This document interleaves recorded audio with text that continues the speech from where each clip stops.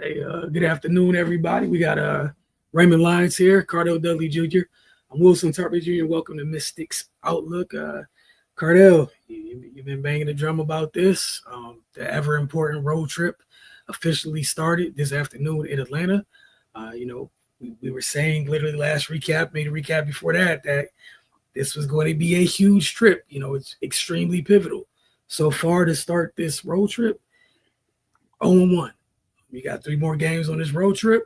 By the time you get back on the 13th, depending how the remaining 3 games go, if some things go your way, you're either right back in the mix or further out of it. We know today we saw them take on the Dream, missing a couple big pieces. Obviously, no BG, no Ryan Howard. That said, we saw Washington get off to a really good start. And then we've seen what we've seen several times this season. The other team respond. And when Atlanta responded, they did not look back. Washington did a great job in the first quarter. They held Atlanta without a field goal for nearly 7 minutes. And then it felt like Atlanta returned the favor and some for the remainder of the game. Ray, we'll start with you, and then Cardell, just your thoughts on, obviously Washington coming up short on his road trip, but just what went wrong in Atlanta today. Honestly, it begins and ends with me with 22 turnovers. That started the onslaught in the second quarter, and like you said, Atlanta never looked back, man. That first quarter, the Mystics, they came out, they executed, they did what they had to do. I don't know what happened between that first 10 minutes and the next 10 minutes, but the next 10 minutes sealed the game. Atlanta is, even without the pieces you mentioned and BG and Ryan Howard, they're still a phenomenal team. And once they got their footing and got control of this game, the Mystics weren't able to counter that. And yeah, Atlanta's a good team, but this was still a disappointing showing. You guys have talked about it a lot, how the Mystics can never kind of put a few good performances together in a row. They play well one game, the next game they come back down. So we don't even know which version of this team is the real version, because they just haven't established an identity, and that's problematic at this point of the season. But I know they're a young team, but still, you got to get some level of consistency with the type of players you have here, because they're not void of talent. So they got to figure something out, man. But those turnovers, like, these were some of the worst I've seen this season. Like, they were just giving the ball away. Had some opportunities. One stood out to me because they were in the middle of it. I think this was their opportunity to kind of stop the bleeding. They went a fast break. Suge had Shakira streaking and Brittany Sykes going up the sideline, trying to throw the course pass. Jordan Cannon just snatches it. Atlanta goes down, and I think they finished with an and one. And at that point, I'm like, yeah, they're just frazzled, and they can't regain their footing here. So, man, yeah, to lose the way they did to them in this situation, it sucks, because you figure the Mystics have a pretty decent front court, and you would imagine Atlanta without BG would actually be at a deficit, but that was not the case. Bree Jones went to work. Nas Hillman went to work. They didn't miss a beat. So yeah, the Mystics got to look at that second quarter and be like, that's where they lost control of things. And Atlanta will look at that second quarter like, yeah, that's where we seized momentum. And yeah, like you said, once they got it, they didn't relinquish it, and they won comfortably. Cardell. Yeah, I just feel like the Dream were the more physical team, the tougher team, mentally and physically. Ray brought up the second quarter. It went to hell in that second quarter. The Mystics had 9 turnovers in that first quarter alone. Atlanta scored 15 points. They scored 15 of their 28 points off those 9 turnovers. Shakira and Sugg, they had 6 of the 9, just being sloppy with the ball, putting the ball down. Atlanta is very handsy. If it's anywhere near them, I don't care if they off the ball. I don't care if they just move with their man. If they see the ball out the corner, they can swipe at it. You got to be careful. You got to be strong with the ball. Ray, you're absolutely right. That's where it really just got away from them. And then all they had to do was just score. Like, they didn't shoot well from deep. They shot in that second quarter. They shot 25%, and they shot 57% from the free throw line. They also out rebounded the Mystics 8-3. You know what I'm saying? And they only turned the ball over 3 times. But why would you turn the ball over when you on a fast break all quarter? That's where that's what it was, man. And that just it was a preview of what was to come. And then after that, it was just over. You know what I mean? And the Mystics kind of deflated. And when you fighting for a playoff spot, you at this point in the time season, you ain't got time to be deflated. You got to fight. But they didn't put a bunch of a fight outside of what Kiki, Sonya fighting, Shakira, she scored efficiently, but those 7 turnovers, she gave it right back. Like that cancels that out, man. And Sugg 13, but she had 5 turnovers. That pretty much gave it right back. Outside of that, it was anemic out here, offensively. It wasn't much. And you got to credit the Dreams defense. You know what I'm saying? They were swarming, like I said. They physical, they long, even without Ryan and Brittany Griner. And they're deep. They can go deep into their, bench. Like, think about it. Shatori Walker-Kimbrough was getting a lot of minutes last year. She didn't even play this game. That's how deep they are. So I think a lot of people just kind of, take that for granted. But I'm looking at the defensive rating for the second quarter. Atlanta's defense rating 74.6 in the second quarter. Offensive rating 121.3. It's just pure dominance, man. It's just ridiculous numbers, man. So, and then when you look at the totality of what happened throughout the game, man, just Atlanta scoring 33 points off of their 22 turnovers. Keep in mind, Atlanta turned it over 22 times too, but the Mystics only got out and ran 20. But Atlanta's the more athletic team, so you can't play to their strengths and they expect to win. 15-4 on fast break points, Atlanta. Points in the paint, 54-44. Atlanta rebounding, 33-19. How you play 4 quarters and only had 19 total rebounds? That's what I mean by they were the more physical team. Not even just off the turnovers. 19 rebounds. Oh, we've seen Kiki get like 11, 12, 13 by herself in the game as a rookie. 19 as a team? Come on, man. You're not trying. Like, Naz Hillman had 13 by herself. That's just one to. That's just one to win, understanding what's at stake, trying to ramp up and get ready for the playoffs. One team wants it, and the other one just looks shell-shocked, man. And that's what you saw tonight. It's not going in the right direction, man. It's just not, man. And they got to do some soul searching because to this afternoon's game, it wasn't promising at all. Yeah, like you guys said, I think the crazy part, Carter, you brought up the rebound, and that was the first place I was going to look at. And of the 33 rebounds, Atlanta, you talked about how they did not shoot the ball well. They had 10 offensive rebounds. They didn't shoot the ball well. They got at least 10 second chance opportunities.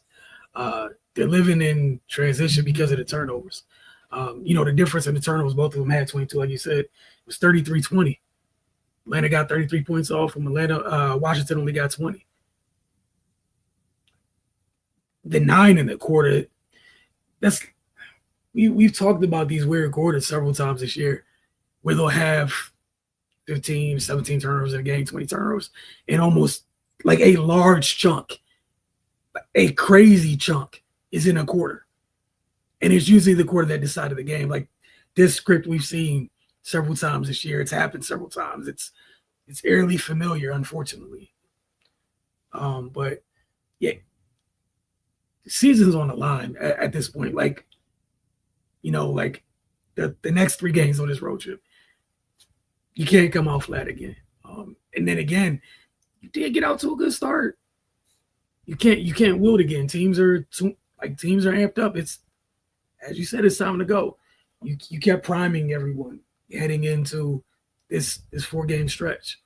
They did a great job putting themselves in the conversation for this time of the year. That's great. But the difference is going to be what this road trip looks like in terms of, are you going to be in a conversation, in a week or 2 from now, like really in a conversation? Or are we going to talk about it in the past tense? Like, look, they had a chance heading to the playoffs, it's the All-Star break or whatever, and then everything, went left. and that's up to them to decide how that goes at this point. We talked that the Valkyries got the 2-game lead on them, in their individual matchup before this road trip. Keep in mind, they see the Valkyrie when they return home.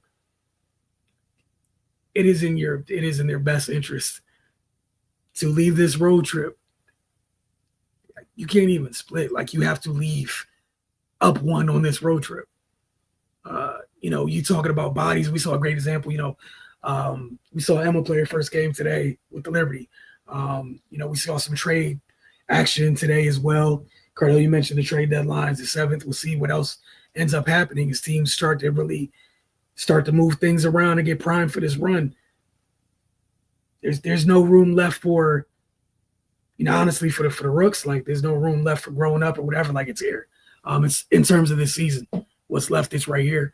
And we saw the dream. It was one of the reasons I think most people felt good about them at the beginning of the year. They went and got Bree and BG together. And this is one of those reasons. BG doesn't play. Bree Jones has been one of the better bigs in this league before she got hurt. When she returned from getting hurt, she's been a monster.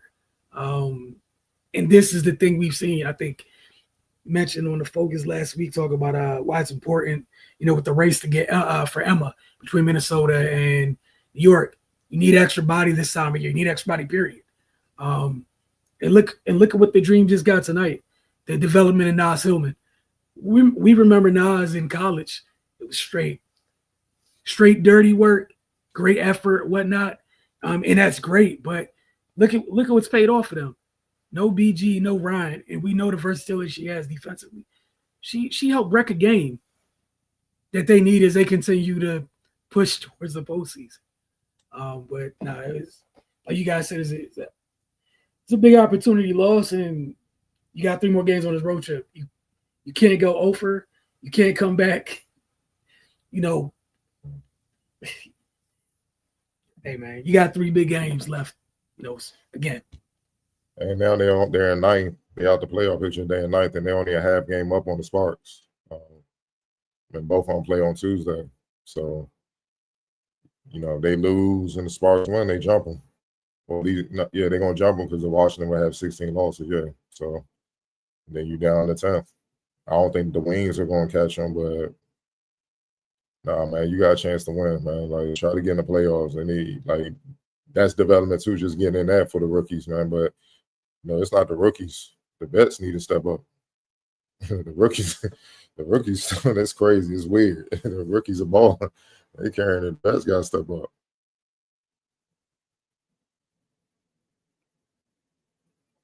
You're on mute. I was just agreeing with you. Like, it is bizarre. We're not asking where the rookies are right now. His last since coming back from All-Star, it's been really rocky. And we've kind of been able to count a little bit more on what the rookies provide than the vets, and that's never really a good thing. They got to figure that out. They got to get tougher. It's not even the boys. Like, coming in, I think the Dream, they're like 4th or something in 3-point makes and like 6 or something in 3-point attempts. They get them up, or it might be reversed or whatnot. But regardless, they shoot 33% on the season coming in. They shot 39% today without Ryan and without BG drawing doubles. Well, I mean, Brianna, she had it going, so she was drawing a double, but still. Though, you got to take something away. They getting out in the transition. They can't even have court. They bomb you from 3. They get to the free throw line. That's what I mean by they just Dream punched them in the mouth after that first quarter, and they never recovered. Like Mike Tyson, just get them up out of here. Stop playing with them type of deal, man. And they never responded. Because come on, man, you got to take something away. You gave them everything. Without 2 of their top players, obviously Alicia's probably the best player with Ryan, but BG's still effective. And come on now. They know that's not going to get it done. Yeah. And the worst part about that was you punch first. You got to keep punching. That's the like you punch first, and then you got to keep punching. No, they stumbled. they recovered it, and then they didn't stop swinging afterwards. That's again, the next 3 games are huge. All right, it's up on the screen.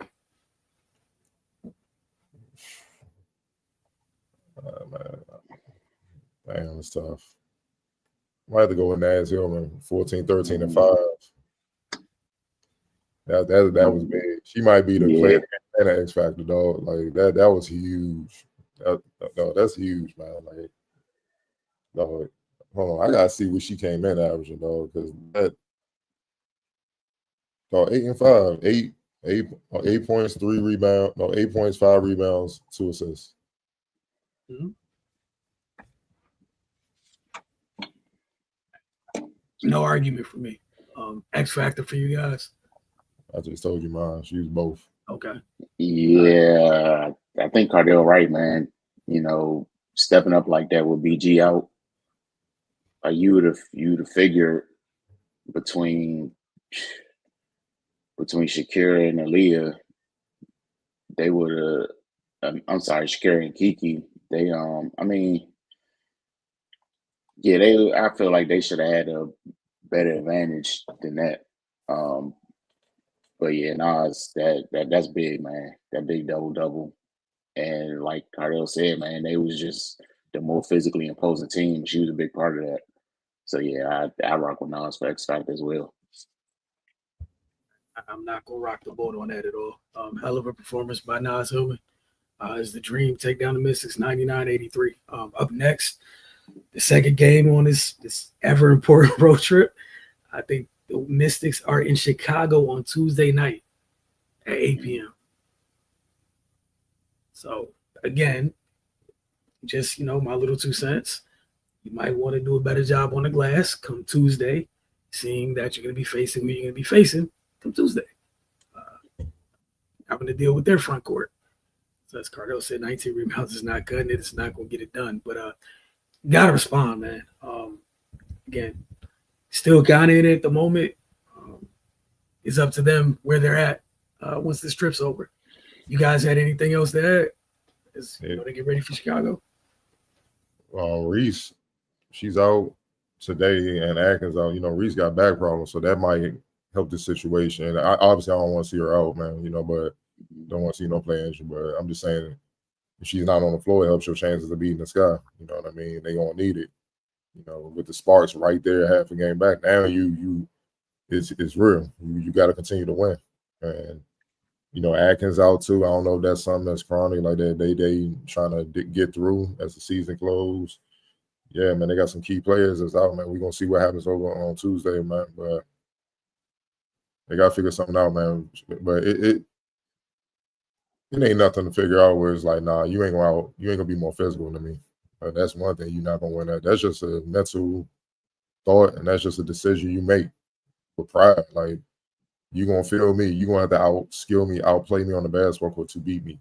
Tonight, they outskilled them, they were smarter, and they were tougher and more physical. Like, Mystics didn't win anything.